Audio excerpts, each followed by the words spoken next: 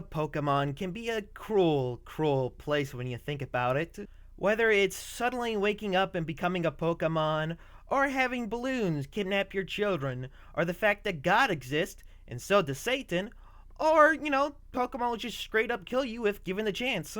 But maybe, just maybe, the Pokemon world is actually somehow better than our own despite all of that horrible shit and more. I mean, if your world has Eevee, you kind of already have the advantage in the being a better world category. But aside the obvious Eevee, let's actually see if the Pokemon world is better than our own. I'm about to hit you with the obvious one and a not so obvious one. The world of Pokemon obviously has free healthcare.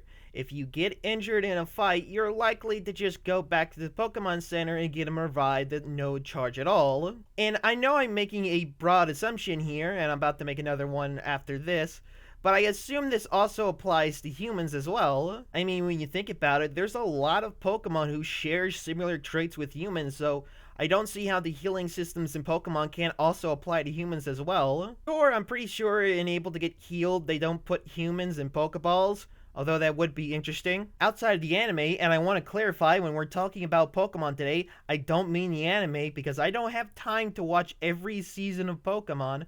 Pokemon can usually end up getting healed from nothing. Most of the time when they do die, it's due to lack of being healed or just being, killed on purpose. Whether your Pokemon gets hit by, I don't know, laser beams, fire, semi-trucks, whatever you throw at it, if you bring it to Nurse Joy, it's gonna be fine. And to further show that this technology is not only used on Pokemon, but also people, is the fact that there's no handicapped people in Pokemon. That I know of. Of course, I'm talking about physical handicaps caused by paralysis, which, in this world, could probably be healed with just a spritz of spray. Imagine this.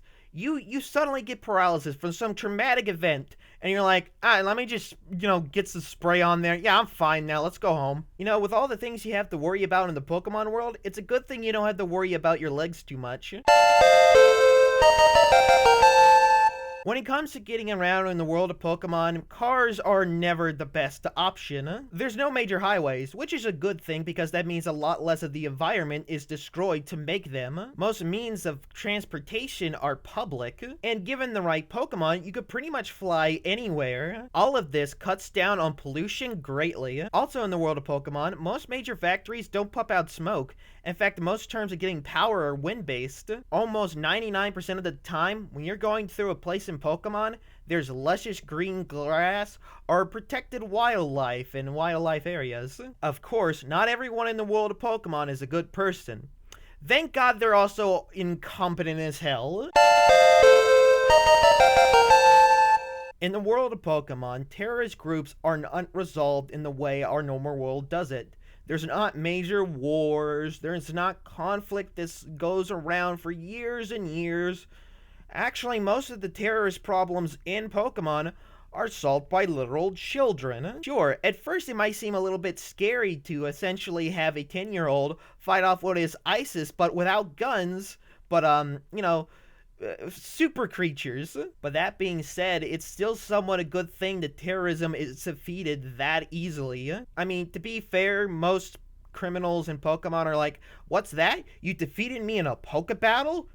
Golly, now I gotta stop committing crimes altogether. The fact that terrorism can be solved so quickly and so easily is kind of reassuring. And sure, I could just preface that the trainers are usually very talented and considered the best of the league, but still, the fact that a child can end up training and getting an education to eventually fight off ISIS is a good thing as well.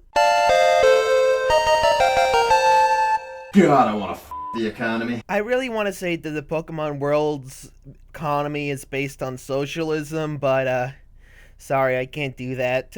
Now, the Pokemon economy is already pretty great. I mean, they have free schools and free healthcare. Yet again, that's not too radical unless you live in the United States.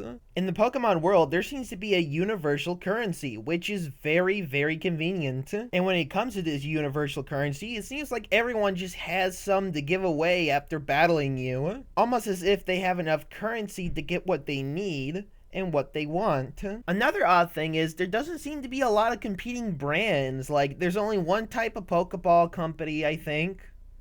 And they're like Silpco, and the potions seem to be mostly made by one company. There isn't like, oh, Potion Supreme by Nasalex or some bullshit. In fact, another thing is, there doesn't seem to be a lot of bigotry in the world of Pokemon, which doesn't have much to do with the economy thing, but trust me, I'm getting to something. In fact, now that I notice it, there doesn't seem to be a lot of problems with workers, at least in the games. Wait a second, free healthcare, great transportation everywhere, a great lack of bigotry and all that stuff.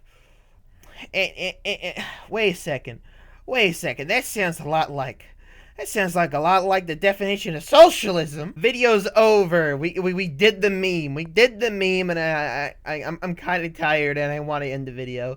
Yeah, I want to address the whole Pokemon fighting thing in a separate future video in the future, but for right now, I think I've done my case good enough. Feel free to prove me wrong in the comments below if I got anything wrong. And aside from that, everyone have a nice time. There might not be a video next week. I'm not sure. I don't have my ad rolled, so videos are hard to make.